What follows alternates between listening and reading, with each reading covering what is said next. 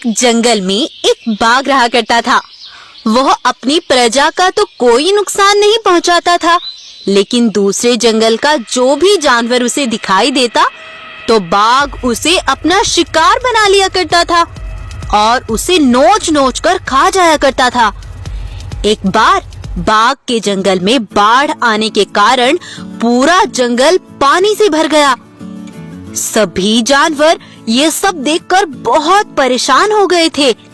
तब उन्होंने जंगल छोड़ने का फैसला कर लिया और वहाँ से चल पड़े। जंगल से निकल जाने पर बाघ सभी जानवरों से बोला, सुनो भाइयों, हमें कुछ दिन यहीं रुकना होगा। इतना मैं चलकर कोई और रहने का जंगल ढूंढता हूँ। चलो भालू, तुम मेरे साथ चलो। तब बाघ भालू को लेकर एक जंगल में पहुंचा। उस जंगल में दो भाई रहते थे। बड़े भाई का नाम सिम्बा और छोटे भाई का नाम गब्बर शेर था। वो दोनों जंगल पर राज करते थे। दूर खड़ा बाघ उन्हें देख रहा था। उनको देखकर बाघ बोला, अरे भालू, लगता है ये दोनों शेर ही इस जंगल के राजा हैं। इन दोनों के होते हुए मैं इस जंगल पर राज नहीं कर पाऊंगा और ना ही अपने जंगल के जानवरों को यहाँ ला पाऊंगा। तो बाघ महाराज, फिर हमें क्या करना चाहिए? हमें इन दोनों को आपस में लड़वा कर मारना होगा। लेकिन महाराज, वो कैसे? हमें पहले इस जंगल में कोई गुफा ढूंढनी होगी और फिर उस गुफा में इस जंगल के सभी जानवरों को बंद करके इनमें से कोई एक शेर के ऊपर उन जानवरों के कैद का इल्जाम लगा देंगे। लेकिन वो हम कैसे करेंगे? वो तुम मुझ पर छोड़ दो। बस तुम जानवरों को किसी तरह करके उस गुफा में बंद कर दो। जाओ भालू। तब भालू को जंगल के किनारे एक गुफा मिलती है। उसको देखकर भालू सभी जानवरों के पास जाता है। सुनो सभी भाइयों, सुनो, मैं तुम्हारे राजा शेर का बहुत करीबी दोस्त हूँ। मैं पास के जंगल से आया हूँ। हमारे जंगल में बहुत बड़ी बाढ़ आ गई थी, तो मैं शेर को भी आगाह करने आया था कि सभी जानवरों को सुरक्षित स्थान पर ले जाओ ताकि तुम्हें कोई नुकसान न पहुँच पाए। भालू, ये तो सच में डर की बात है, लेकिन हम जाएं तो कहाँ जाएं? तुम्हारे जंगल के किनारे पर जो पहाड़ी है, वहाँ पर एक गुफा है। वह मुझे सुरक्षित लगती है। तुम सब मेरे साथ वहीं चलो। तब भालू उन्हें बहला फुसलाकर उस गुफा पर ले जाता है। जानवरों के अंदर चले जाने पर भालू गुफा के सामने पत्थर लगाकर गुफा का रास्ता बंद कर देता है और भागता हुआ बाघ के पास जाता है। महाराज, मैंने अपना काम पूरा कर दिया है। बहुत खूब भालू, बहुत खूब। अब मैं उन्हें एक दूसरे के खिलाफ भड़काता हूँ जाकर। तब बाघ छोटे भाई गब्बर शेर के पास जाता है और उससे कहता है, अरे शेर, तुमसे कोई क्यों ना चिढ़े। तुम देखने में हो ही इतने सुंदर। तुम्हारा ही नाम गब्बर है ना? हाँ, मेरा ही नाम गब्बर शेर है। लेकिन तुम ऐसा क्यों बोल रहे हो? मैंने अभी तुम्हारे बड़े भाई को बात करते हुए सुना है। वो किसी अजीब से जानवर से बात कर रहे थे। बोल रहे थे कि मेरा छोटा भाई बहुत सुंदर है, इसीलिए सभी जानवर उसकी ज्यादा इज्जत करते हैं। अब मैं उसे जान से मार डालूंगा और फिर सभी जानवरों को अपना गुलाम बना लूंगा। क्या वो मेरे साथ धोखा कर रहे हैं? मैंने ये कभी सोचा भी नहीं था। मैं उसे अब छोड़ूंगा नहीं। गब्बर शेर ये बोल ही रहा था कि तभी भालू वहाँ भागता हुआ पहुँचता है।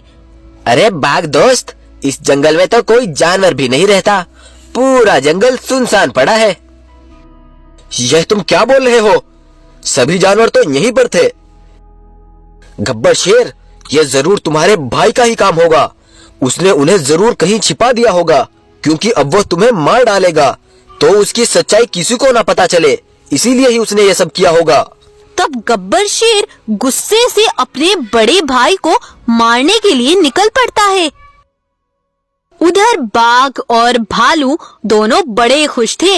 आखिर उनका प्लान जो कामयाब हो रहा था। हमने उन दोनों के बीच आग तो भड़का ही दी है। अब ये दोनों उसमें जलकर मर जाएंगे। कुछ देर बाद गब्बर शेर बाघ के पास जाता है और कहता है, तुमने मुझे सब सच बताया था बाघ। जंगल में कोई जानवर नहीं था और मैंने उस धोखेबाज भाई को भी मार डाला। तुमने मुझे सच्चाई बताई है। बाघ, तुमसे अच्छा दोस्त और कौन होगा। आज से मेरे भाई की जगह तुम जंगल पर राज करोगे। यह सुनकर बाघ बहुत खुश हो जाता है और मन ही मन हंसने लगता है। सुनो बाघ, अब हमें उन जानवरों को ढूंढना होगा। आखिर सिम्बा ने उन जानवरों को कहाँ छिपाया होगा। तब बाघ मन ही मन सोचने लगता है, अरे, अब मैं इस जंगल का राजा तो बन ही जाऊंगा, तो इसे उन जानवरों के बारे में भी बता देता हूँ। हाँ गब्बर शेर, भालू ने अभी मुझे आकर बताया था कि एक गुफा पर पत्थर लगा हुआ है। शायद वहीं तुम्हारे भाई ने जानवरों को छिपाया होगा। तो चलो फिर बाघ, वहीं चलते हैं। तब वो दोनों उस गुफा पर पहुँचते हैं।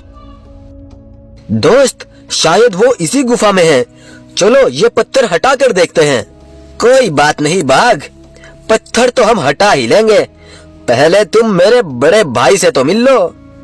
सिम्बा शेर को आते देख बाघ के पसीने निकल जाते हैं।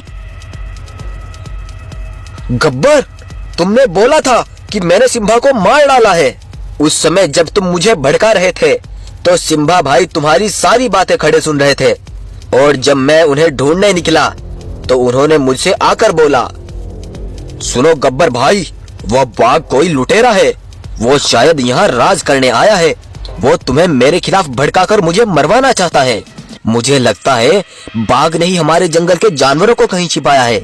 तुम्हें उससे पता करना होगा कि हमारे जंगल के जानवर कहाँ पर है। उसके बाद हम उसे जान से मार डालेंगे। ये सब सुनकर बाघ के तो होश उड़ जाते हैं और फिर वो दोनों भाई उसे जान से मार डालते हैं और उसका वहीं पर अंत कर देते हैं और सभी जानवरों को सच्चाई बता देते हैं। कुछ देर बाद भालू वहां आकर दोनों भाइयों और सभी जानवरों से माफी मांगता है और अपने जंगल के जानवरों के बारे में भी बताता है। तो वो दोनों भाई उन जानवरों को भी अपने जंगल में रहने की इजाजत दे देते हैं और फिर सभी जानवर एक होकर खुशी खुशी रहने लगते हैं।